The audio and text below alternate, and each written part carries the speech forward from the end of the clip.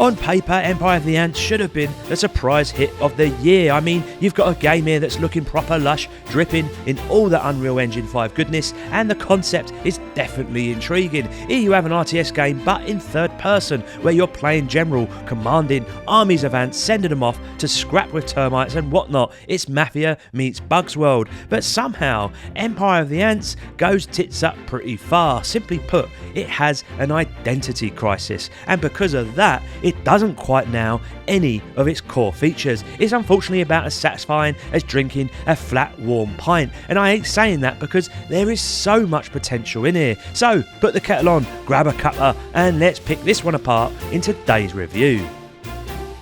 Now, full disclosure, my pedigree chums, this review copy was handed to me on a silver platter free of charge, and I've got to give a shout out to the developers because they were bloody lovely to deal with, proper courteous, polite as you like, and even threw me an email to check in on how things were going. I've yet to come across nicer folks as these, and I want to thank them for it because, well, it makes me feel bad for what's coming, because as you long-time viewers out there know, I'm always straight as a die when it comes to these things, free games or not. It won't change the fact that I'm going to call it how I see it. If it's great, I'll sing its praises. If it's a load of old bollocks, you're going to hear about it. So with that bit of business out the way, let's crack on, shall we? Let's dive headfirst then into the identity crisis that I mentioned, because if you read the description of this game, you might start wondering if you've accidentally downloaded something completely different. According to the Steam description, Empire of the Ants is a photorealistic third-person real-time strategy game where you command your insect legions into epic battles.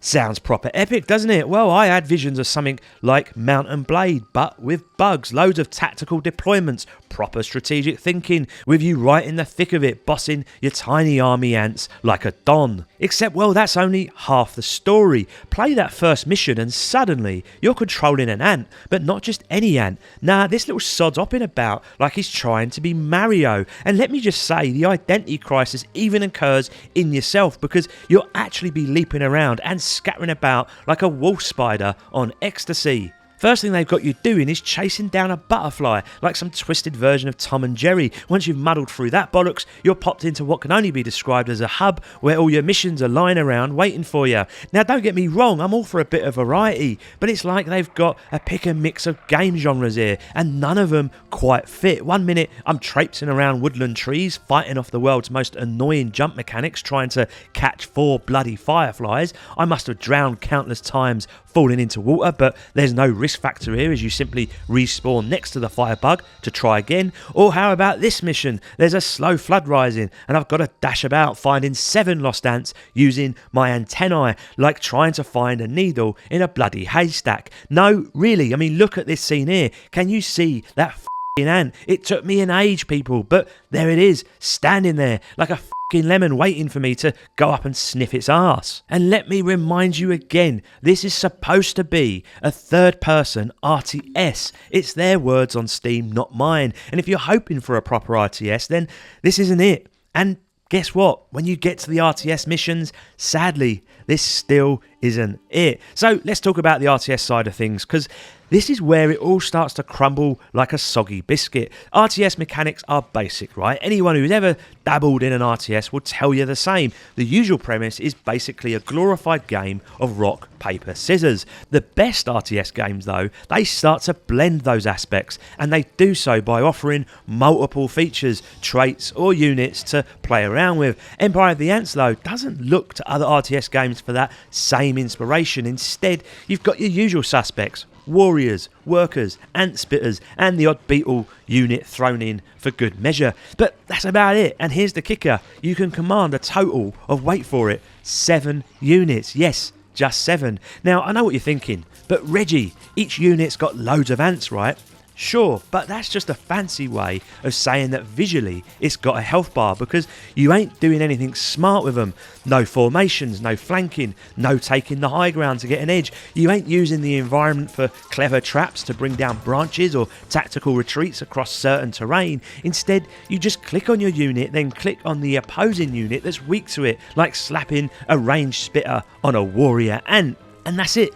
That's your tactical depth, and it's a massive shame because they have built a gloriously good playground here where the terrain could hold so much interactivity if they really put their mind to it. And as for you, the so-called commander in third person, forget it, you're watching from afar, squinting like an old man at the swimming pool, trying to get a glimpse of that piece of arse that just walked by. The camera, it never quite zooms out enough, so you're stuck trying to get a good vantage point, but you never quite manage it. You can't even get into the thick of it with your own ant, such as swinging punches and yelling orders, because your ant, for all its wolf spider agility, is as weak as a daddy longlegs. The best way to describe the RTS gameplay then is that it's about as satisfying as a limp handshake. Then there's the build mechanics in these RTS missions, and this is where I get a bit torn. You see, I credit the developer where it's due. They tried to do something a bit different here, making it all look the part, real visual and immersive, but it all goes tits up again in the execution.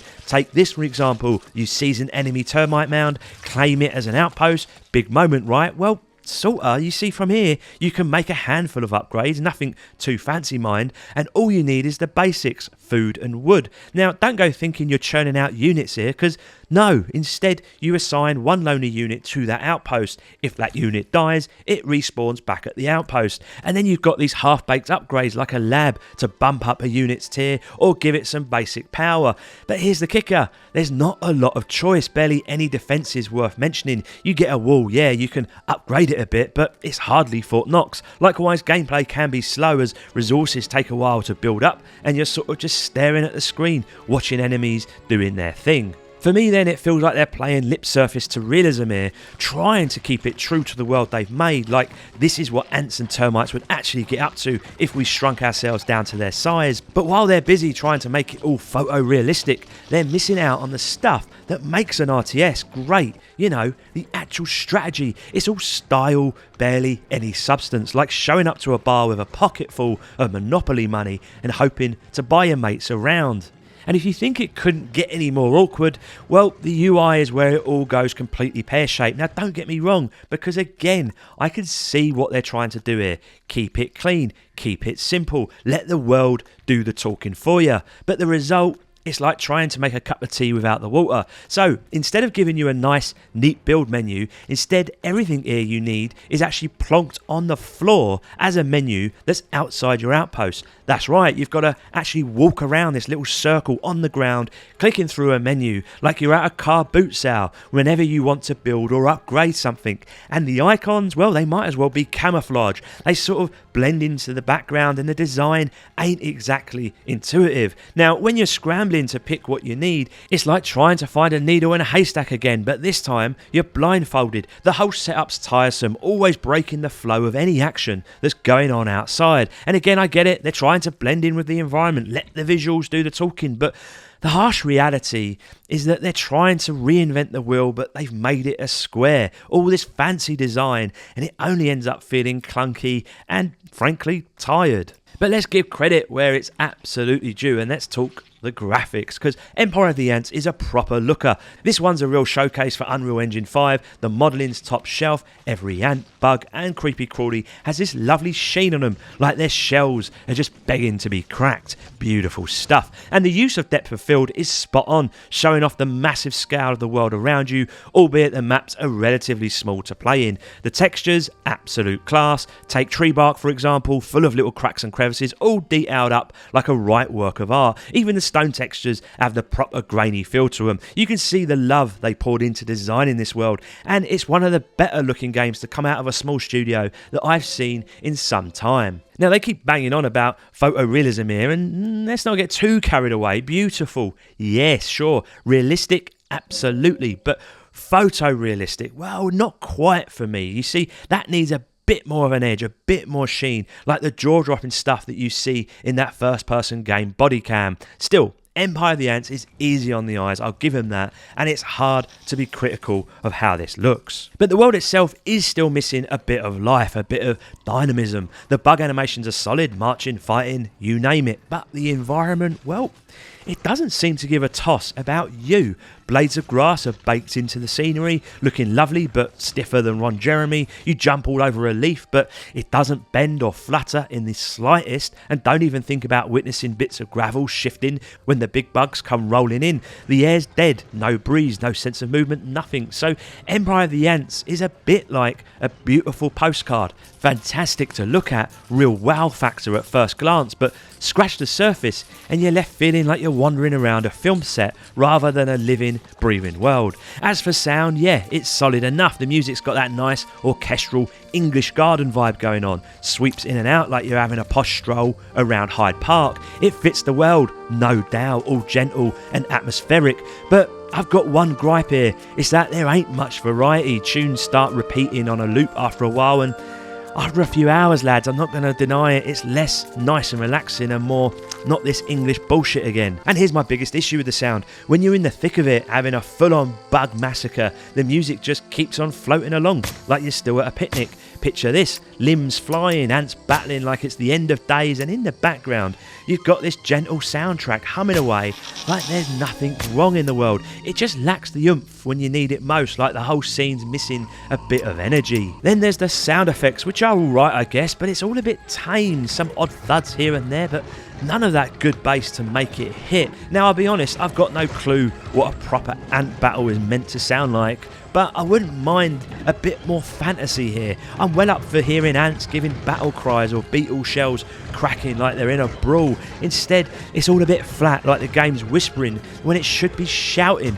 And once again, it's the battles that make this most obvious. Sound's just got no bite to it when you need it most. So, Empire of the Ants then. This one's the almost game, isn't it? Because it almost gets there. It almost hits that sweet spot. It's got some cracking ideas, a lush little world with graphics that are downright delicious, but the execution, it just ain't up to scratch, lads. Everything you want it to be, every area where it's got potential, it's just lacking.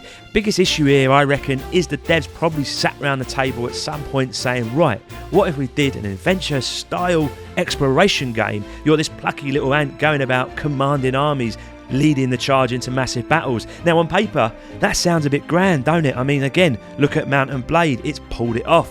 But what Empire of the Ants needed was to double down on those ideas. We needed some proper strategy and the chance to really get stuck in with the action. Instead, everything's been stripped back to the point of frustration. You can see the potential, but all those great ideas start drifting away the moment you hit the poor UI, the lack of diverse units, and the brain-dead gameplay. Empire of the Ants is a classic case then of trying to be a jack of all trades, but becomes a master of none. Until next time, my lovelies, Reggie out.